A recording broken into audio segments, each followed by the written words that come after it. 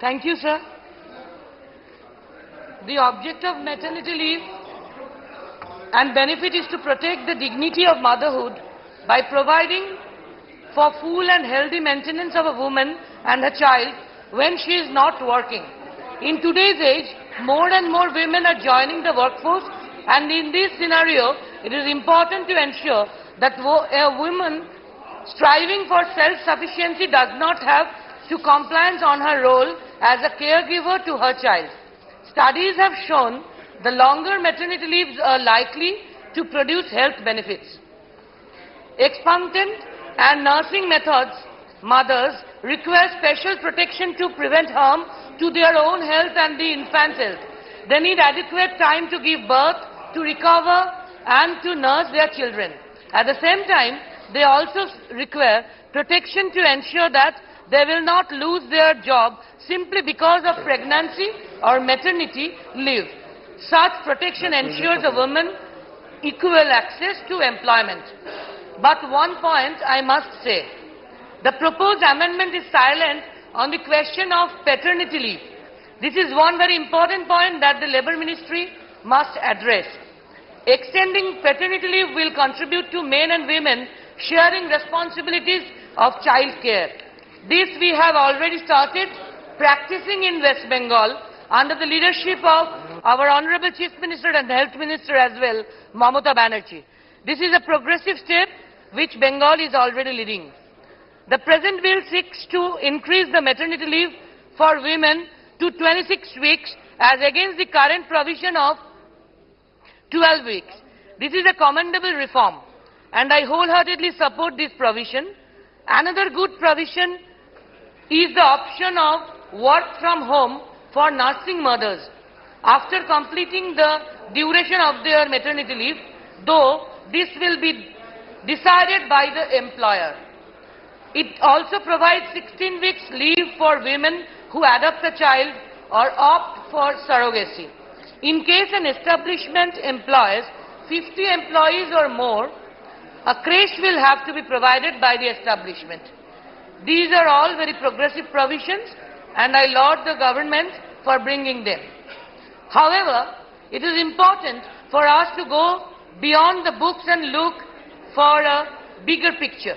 Women are estimated to be only 30% of all economically active individuals, even though they account for 48% of the population. Only 1% of women are employed in state and central governments, and 3% in legislative, management and senior official positions. Maternity benefits are crucial as malnutrition continues to be a huge hurdle.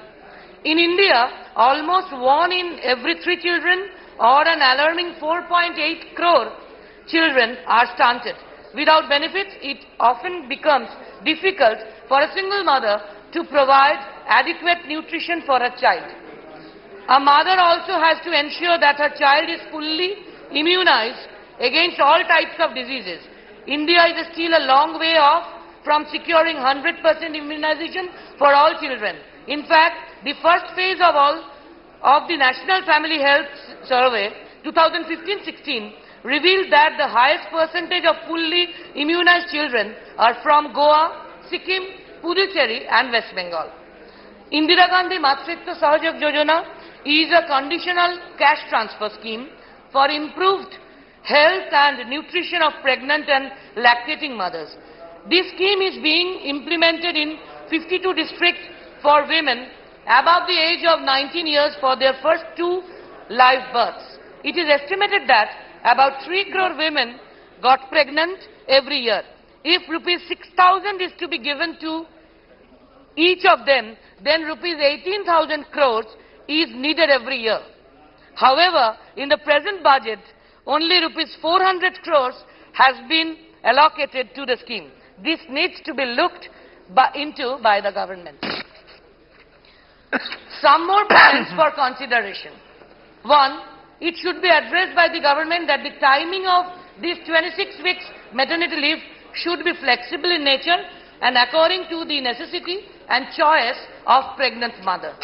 Two, establishment with 10 employees are entitled for ESI facilities. This maternity benefit bill should not clash with the existing ESI facilities. 3.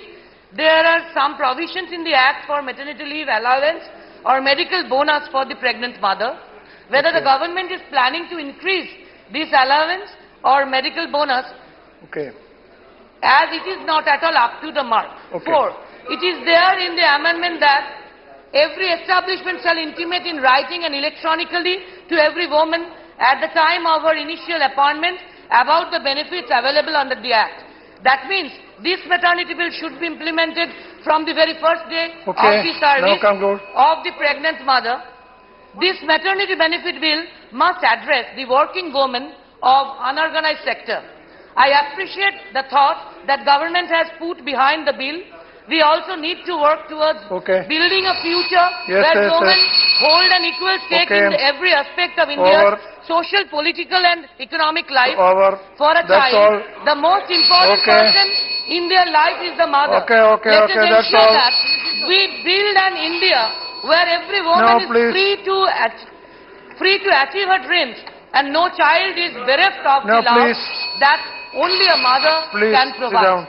Thank you, sir. Srimati, thank you.